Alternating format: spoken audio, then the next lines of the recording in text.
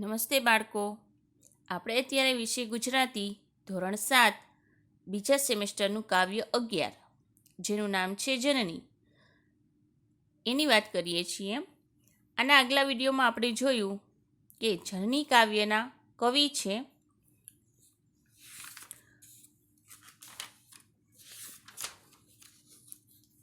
જેમનું પૂરું નામ છે કવિ દામોદર ખુશાલદાસ બોટાદકર. આ કવિ બોટાદકર છે, એમણે આ કાવ્ય માતાને ઉલ્લેખીને લખ્યું છે. એમાં માના પ્રેમની વાત કરવામાં આવી છે કે માનો પ્રેમ છે એ ક્યારે પણ ઘટતો અથવા તો વધતો નથી. એનો પ્રવાહ છે એ એક સરખો હોય છે.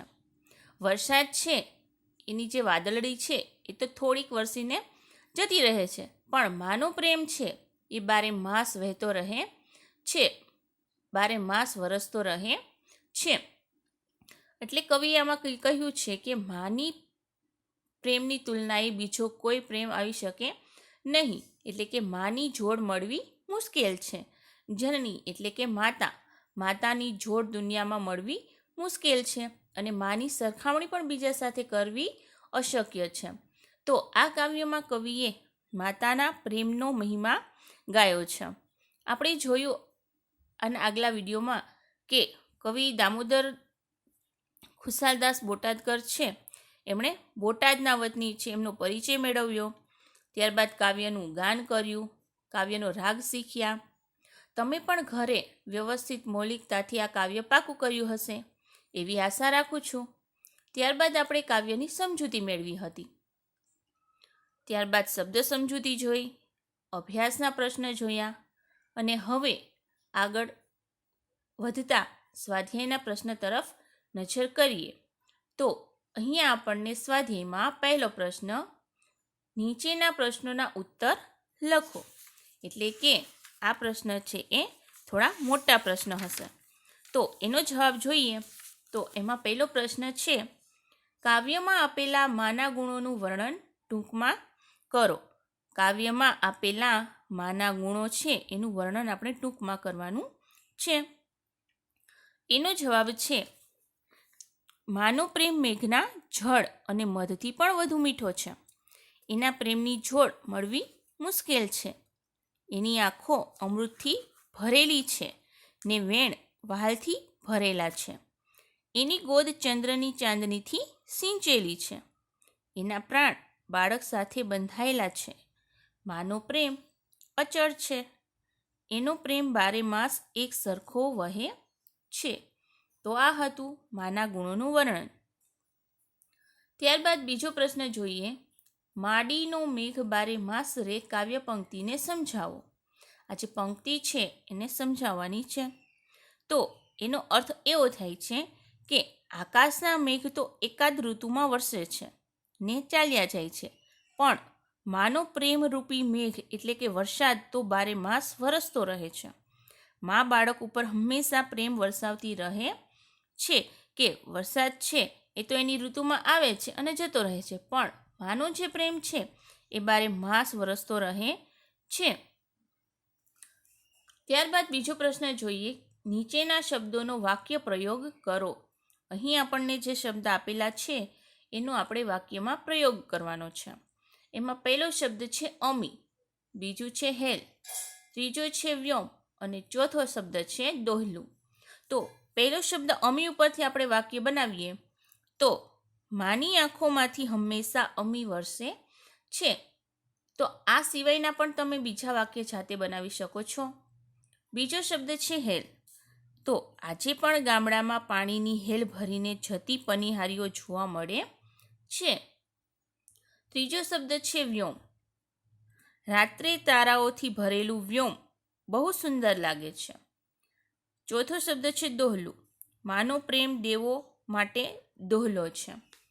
તો આ સિવાય તમે બીજા વાક્ય પણ બનાવી શકો છો. ત્યારબાદ ત્રીજો પ્રશ્ન જોઈએ, તો નીચે આપેલા શબ્દો જેવા ઉચ્ચારવાળા શબ્દો કાવ્યમાંથી શોધીને લખો. અહીં આપણને જે શબ્દ આપેલા છે એના જેવા ઉચ્ચારવાળા જે શબ્દ છે કાવ્યમાંથી આપણે શોધીને લખવાના છે. તો પહેલો શબ્દ છે માત, બીજો શબ્દ છે સોડ્ય, ત્રીજો શબ્દ છે પ્રાણ અને ચોથો શબ્દ છે માસ. તો કાવ્યમાંથી આપણે શોધીએ તો પહેલો શબ્દ માત છે, તો કાવ્યમાંથી બીજો એવો શબ્દ આપણને મળશે જાત. માત અને જાત. બીજો શબ્દ છે સોડ્ય, તો એના જેવો બીજો શબ્દ આપણે જોઈએ તો જોડ અને કોડ. આ બે શબ્દ આપને એના જેવા ઉચ્ચારવાળા મળશે. ત્રીજો શબ્દ છે પ્રાણ, તો કાવ્યમાં બીજો એક આપણે શબ્દ જોયો કે લહાણ, તો પ્રાણ અને લહાણ એ બંને સમાન ઉચ્ચારવાળા શબ્દ છે. ચોથો શબ્દ જોઈએ માસ, તો કાવ્યમાંથી આપણે બીજો શબ્દ મળે છે ઉજાસ.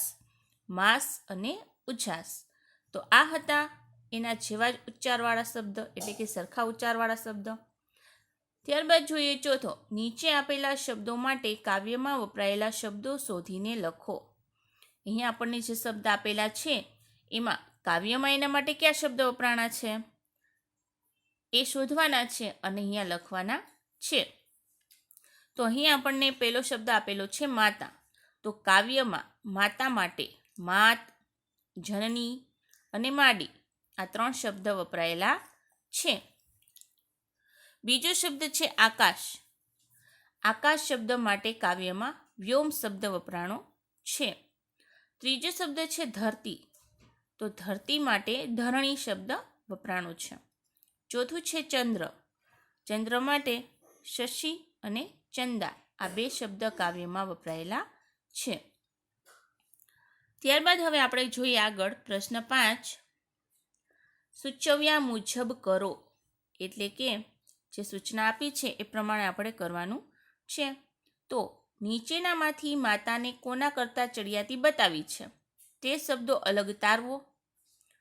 જંગલ, ધરતી, જમના, વાદળી, ગંગા, સૂરજ, ચંદ્ર, તારા, વરસાદ, વાવાઝોડું, સુનામી, ધરતીકંપ, મધ. અહીં આપણને આ જે શબ્દ આપેલા છે એમાંથી કહ્યું છે કે નીચેના શબ્દોમાંથી માતાને કોના કરતાં ચડિયાતી બતાવી છે, તો એનો જવાબ છે કે ધરતી, પછી વાદળી, વરસાદ, ગંગા, ચંદ્ર અને મધ આ બધા કરતાં માતાને ચડિયાતી બતાવી છે. આ અલગ તારવેલા શબ્દોવાળી પંક્તિઓ કાવ્યમાંથી શોધીને લખો. આ જે શબ્દ આપણે અલગ પાડ્યા છે એ પંક્તિઓ કાવ્યમાંથી શોધીને તમારે લખવાની છે. જેમ કે આપણે જોયું કે ધરતી શબ્દ છે, તો ધરતી છે એ કાવ્યમાં કઈ જગ્યાએ વપરાણું છે, તો ધરણી માતાએ હસે ધ્રુજતી રે લોલ, અચડા અચૂક એક માય રે, જનનીની જોડ સખી નહીં જડે રે લોલ. તો આ ધરણી શબ્દ છે એનું સમાનાર્થી ધરતી થઈ છે, એટલે કાવ્યમાં ધરતી શબ્દ આ કાવ્ય પંક્તિમાં વપરાણો છે. ત્યારબાદ બીજો શબ્દ આપણે જોયો કે વાદળી. તો વર્ષે ઘડી કવ્યોમ વાદળી રે લોલ આ કાવ્ય પંક્તિ છે એમાં વાદળી શબ્દ ઉલ્લેખ થયો છે. ત્યારબાદ આપણે જોઈએ કે વરસાદ. વરસાદનો સમાનાર્થી છે મેઘ. તો માડીનો મેઘ બારે માસ રે, જનનીની જોડ સખી નહીં જડે રે લોલ. તો વરસાદ એટલે કે મેઘ શબ્દ છે એ આ કાવ્ય પંક્તિમાં વપરાણો છે. ત્યારબાદ આપણે આગળ જોયું કે ગંગા. ગંગા શબ્દ છે કઈ પંક્તિમાં વપરાણો છે, તો ગંગાના નીર તો વધે ઘટે રે લોલ, સરખો એ પ્રેમનો પ્રવાહ રે, જનનીની જોડ સખી નહીં જડે રે લોલ. તો ગંગા શબ્દ છે એ આ કાવ્ય પંક્તિમાં વપરાણો છે. ત્યારબાદ આપણે આગળ જોયું ચંદ્ર. ચંદ્રનો ઉલ્લેખ કઈ જગ્યાએ થયો હતો, તો ચડતી ચંદાની દિશે ચાંદની રે લોલ, એનો નહીં હાથ મેં ઉજાસ રે, જનનીની જોડ સખી નહીં જડે રે લોલ. તો ચંદા શબ્દ છે એનો ઉલ્લેખ એટલે કે ચંદ્રનો ઉલ્લેખ આ કાવ્ય પંક્તિમાં થયો છે. ત્યારબાદ છેલ્લો શબ્દ આપણે જોયું કે મધ. તો મીઠા મધુને મીઠા મેં હુલારે લોલ, એથી મીઠી તે મોરી માત રે જનનીની, જોડ સખી નહીં ચડે રે લોલ. તો મધુ એટલે મધ. તો મધ શબ્દનો ઉલ્લેખ આ કાવ્ય પંક્તિમાં થયો હતો. એટલે આ જુદા જુદા જે શબ્દો છે એ પંક્તિ કાવ્યમાંથી શોધી અને તમારે ઘરે લખવાની છે, જે મેં ગાન કરી છે. આ પંક્તિઓનો ભાવાર્થ લખો. એટલે કે જે આપણે કાવ્ય પંક્તિ જે અત્યારે આપણે ગાઈ છે, જે શબ્દ કાવ્યમાં વપરાણા છે, એના પરથી જે આપણે કાવ્ય પંક્તિ ગાન કરી છે, એનો ભાવાર્થ, એનો અર્થ સમજાવવાનો છે. તો એનો જવાબ છે, ધરતી માતા પણ ક્યારેક ધ્રુજી ઉઠતી હશે, પણ માં ક્યારેક ચલિત થતી નથી.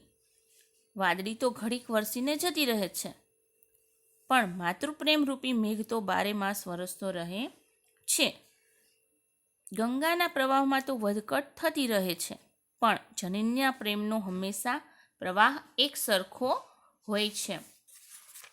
આ ભાવાર્થ એક ફકરા સ્વરૂપે લખવાનો છે.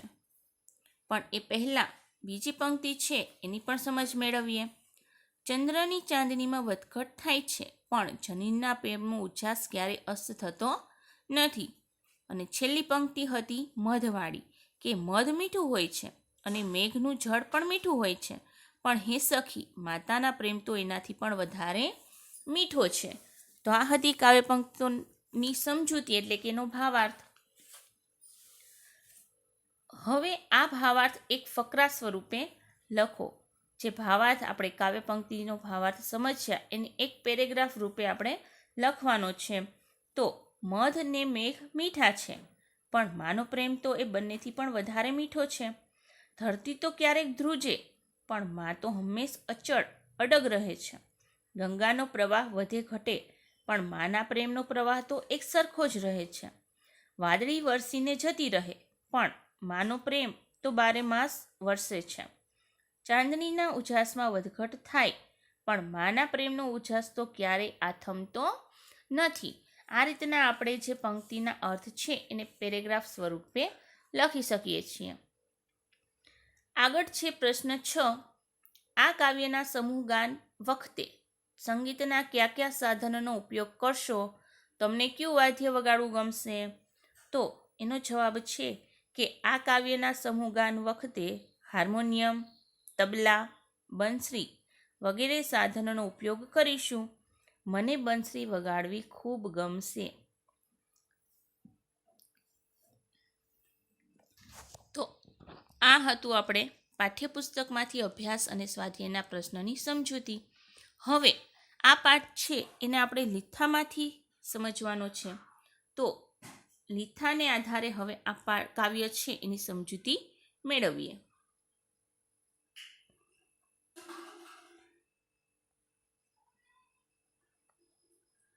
કાવ્ય 12મું છે જનની. આ એક કવિતા છે, એ આપણે સમજી ગયા છીએ. હવે પ્રશ્ન પહેલો આપેલો છે લીથામાંથી કે નીચેના પ્રશ્નના ઉત્તર માટે આપેલા વિકલ્પોમાંથી સાચો વિકલ્પ શોધી તેનો ક્રમ અક્ષર પ્રશ્નની સામે આપેલા ચોરસમાં લખો. એટલે કે અહીં આપણને 4 ઓપ્શન આપેલા છે, એમાંથી જે સાચો ક્રમ છે એ આપણે ચોરસમાં લખેલો હશે. એમાં પહેલો પ્રશ્ન છે, કવિ કોની જોડ નહીં જડે એમ કહે છે? તો એનો જવાબ છે માતાની. કવિ માતાની જોડ જડશે નહીં એમ કહે છે. બીજો પ્રશ્ન છે, જગથી કોની જાતે જુદેરી છે? તો એનો જવાબ છે માતાની. ત્રીજો વિકલ્પ છે, કવિએ માતાને કોના પ્રેમની પૂતળી કહી છે? તો એનો જવાબ છે પ્રભુના. પ્રભુના પ્રેમની પૂતળી કહી છે. ચોથો વિકલ્પ છે, કવિ માતાની જાતને કોનાથી જુદી ગણે છે? તો જગથી. કવિ માતાની જાતને જગથી જુદી ગણે છે. એટલે એનો જવાબ આવશે એ. ત્યારબાદ આપણે જોઈએ પ્રશ્ન 2. નીચેના પ્રશ્નોના એક એક વાક્યમાં ઉત્તર લખો. એમાં પહેલો પ્રશ્ન છે, માતાને શાનાથી મીઠી ગણવામાં આવી છે? તો એનો જવાબ છે કે માતાને મધ અને મેઘજળ કરતાં પણ મીઠી ગણવામાં આવી છે. ત્યારબાદ બીજો પ્રશ્ન છે, દેવોને કોના દૂધ દોહલા છે? તો એનો જવાબ છે, દેવોને માતાના દૂધ દોહલા છે. ત્રીજો પ્રશ્ન છે, માતાના વેણ કેવા છે? એનો જવાબ છે કે માતાના વેણ વહાલથી ભરેલા છે. ત્યારબાદ ચોથો પ્રશ્ન જોઈએ, માતાના કાળજામાં શું ભરેલું છે? તો એનો જવાબ છે કે માતાના કાળજામાં અનેક અરમાન ભરેલા છે. તો આ હતા એક એક વાક્યના પ્રશ્ન. હવે જોઈએ પ્રશ્ન 3. નીચેના પ્રશ્નોના 3-4 વાક્યોમાં ઉત્તર લખો. નીચે આપેલા પ્રશ્ન છે એનો 3 થી 4 વાક્યમાં આપણે જવાબ લખવાનો છે. પહેલો પ્રશ્ન છે કે કાવ્યમાં આપેલા માના ગુણોનું વર્ણન ટૂંકમાં કરો. તો એનો જવાબ જોઈએ તો માનો પ્રેમ મેઘના જળ અને મધથી પણ વધુ મીઠો છે. એના પ્રેમની જોડ મળવી મુશ્કેલ છે. એની આંખો અમૃતથી ભરેલી છે ને વેણ વહાલથી ભરેલા છે. એની ગોદ ચંદ્રની ચાંદનીથી સિંચેલી છે. એના પ્રાણ બાળક સાથે બંધાયેલા છે. માનો પ્રેમ અચળ છે. એનો પ્રેમ 12 માસ એક સરખો વહે છે. તો આ હતું માના ગુણોનું વર્ણન. ત્યારબાદ જોઈએ પ્રશ્ન 4. નીચેની કાવ્ય પંક્તિઓ પૂર્ણ કરો. અહીં આપણને જે કાવ્ય પંક્તિ આપેલી છે એને આપણે પૂર્ણ કરવાની છે. એટલે કે આ પ્રશ્ન છે એ કાવ્ય પૂર્તિવાળો પ્રશ્ન છે.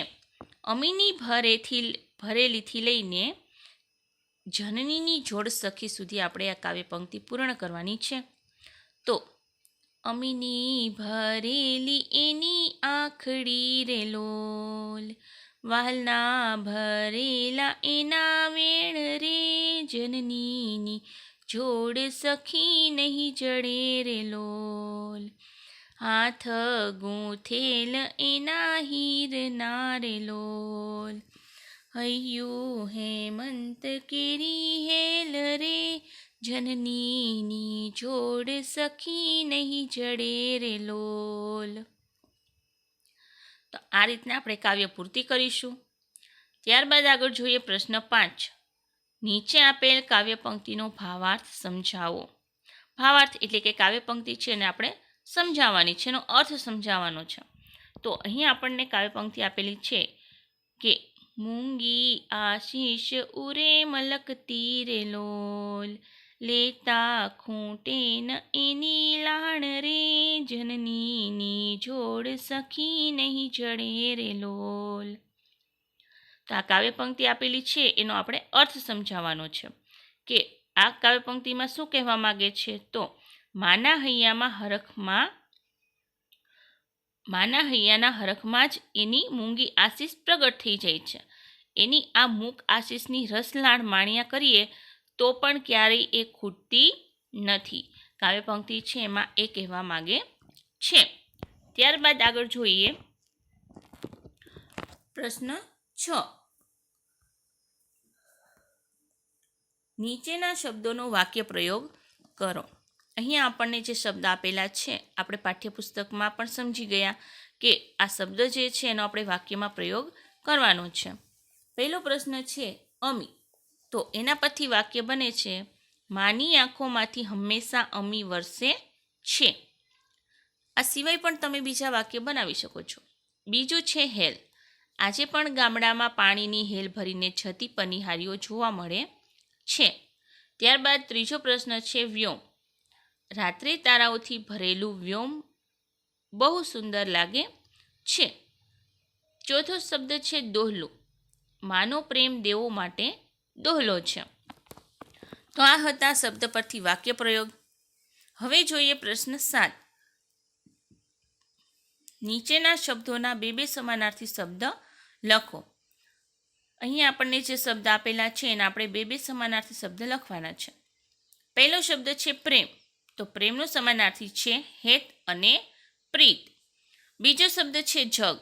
તો જગનો સમાનાર્થી છે જગત અને વિશ્વ. ત્રીજો શબ્દ છે આંખ. તો આંખનું સમાનાર્થી છે નયન, નેત્ર. આ સિવાય પણ ઘણા બધા છે જેમ કે લોચન. બરાબર. ત્યારબાદ ચોથું છે નીર. તો નીર એટલે જળ અને પાણી. તો આ હતા એના સમાનાર્થી શબ્દ. હવે ત્યારબાદ જોઈએ પ્રશ્ન નંબર 8. નીચેના શબ્દોના વિરુદ્ધાર્થી શબ્દો લખો. એટલે કે આ જે શબ્દ આપેલા છે એના આપણે વિરોધી શબ્દ લખવાના છે. હવે વિરોધી શબ્દ છે એટલે એકબીજાના વિરોધી છે એટલે આપણે અહીંયા ચોકડીની નિશાની કરવાની રહેશે. સમાનાર્થીમાં આપણે વચમાં બરાબરની નિશાની કરીએ છીએ. ત્યાર વિરોધી શબ્દમાં જોઈએ, પહેલો શબ્દ છે મીઠો. તો મીઠોનો વિરોધી છે કડવો. બીજો શબ્દ છે અમી. અમીનું વિરોધી છે વિષ. અમી એટલે અમૃત અને વિષ એટલે ઝેર.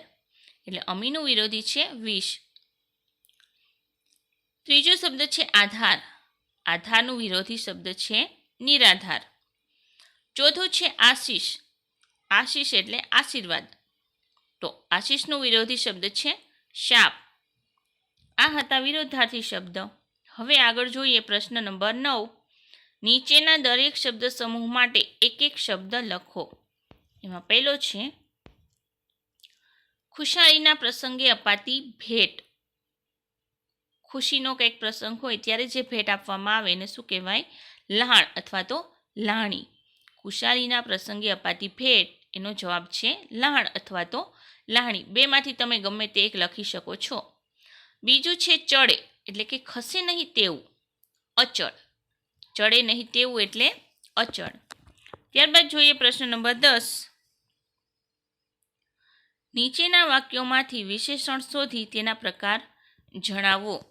આ જે વાક્ય આપણને આપેલા છે એમાં વિશેષતા દર્શાવતો જે શબ્દ છે એટલે કે વિશેષણ શોધવાનો છે અને એ વિશેષણ કયા પ્રકારનો છે તે જણાવવાનું છે. એમાં પહેલું છે મીઠા મધુને મીઠા મેહુલા રે લોલ. તો આ શબ્દ છે એમાં વિશેષતા દર્શાવતો શબ્દ કયો છે? તો મીઠા. મીઠા શબ્દ છે એ વિશેષણ છે. હવે આ મીઠા શબ્દ છે એ કયો પ્રકારનું વિશેષણ છે? તો કે ગુણવાચક વિશેષણ છે. મીઠા શબ્દ છે એ વિશેષણ છે અને કયા પ્રકારનું વિશેષણ છે? તો કે ગુણવાચક વિશેષણ છે. બીજું વાક્ય છે મૂંગી આશીષ ઉરે મલકતી રે લોલ. તો અહીંયા આ વાક્યમાં વિશેષણ છે મૂંગી અને એનો પ્રકાર છે ગુણવાચક વિશેષણ. ત્રીજું વાક્ય છે માડીનો મેઘ બારે માસરે. બારે આ છે એક સંખ્યા દર્શાવે છે એટલે કે બારે શબ્દ છે એ વિશેષણ છે અને વિશેષણનો કયો પ્રકાર છે? તો કે સંખ્યાવાચક વિશેષણ છે. ત્યારબાદ પ્રશ્ન નંબર 11. નીચેની દરેક સંજ્ઞાનો પ્રકાર જણાવો. અહીં આપણને જે સંજ્ઞા આપેલી છે એનો કયા પ્રકાર છે, કયો પ્રકાર છે એની સમજ મેળવવાની છે. તો પહેલું છે જનની. તો જનની શબ્દ છે એ જાતિવાચક સંજ્ઞા છે. બીજો શબ્દ છે પ્રેમ. પ્રેમ, દુઃખ આ બધા એક ભાવ દર્શાવે છે એટલે કે ભાવવાચક સંજ્ઞા છે. ત્રીજું છે હેમંત. તો હેમંત છે એ વ્યક્તિવાચક સંજ્ઞા છે. ત્યારબાદ ચોથો શબ્દ છે ગંગા. તો ગંગા છે એ પણ વ્યક્તિવાચક સંજ્ઞા છે. સંજ્ઞાની સમજૂતી આપણે આના પહેલાંના સેમેસ્ટરમાં શીખી ગયા છીએ. ત્યારબાદ જોઈએ પ્રશ્ન નંબર 12. નીચેના શબ્દોને શબ્દકોશના ક્રમમાં ગોઠવો. એટલે કે આ જે શબ્દ અહીં આપણને આપેલા છે એને આપણે કક્કાવારીના ક્રમમાં વ્યવસ્થિત ગોઠવવાના છે. આંગળી, આશીષ, ઉજાસ, હેમંત અને નીર. તો આ શબ્દ છે એને પહેલાં આપણે કેવી રીતે ગોઠવશું? કક્કાવારીના ક્રમમાં. એટલે કે પહેલાં આવશે આશીષ, પછી આવશે આંગળી, ત્યારબાદ ઉજાસ, નીર અને છેલ્લે હેમંત. આ રીતના કક્કાવારીના ક્રમમાં આપણે આ શબ્દ છે એને ગોઠવેલા છે. તો આ હતા આપણે કાવ્ય બીજું એટલે કે 11મું જનની, કે જેનું આપણે સરસ મજાનું ગાન કર્યું, એની સમજૂતી મેળવી, પાઠ્યપુસ્તકમાંથી સ્વાધ્યાયના પ્રશ્ન, અભ્યાસના પ્રશ્ન વ્યવસ્થિત સમજી ગયા.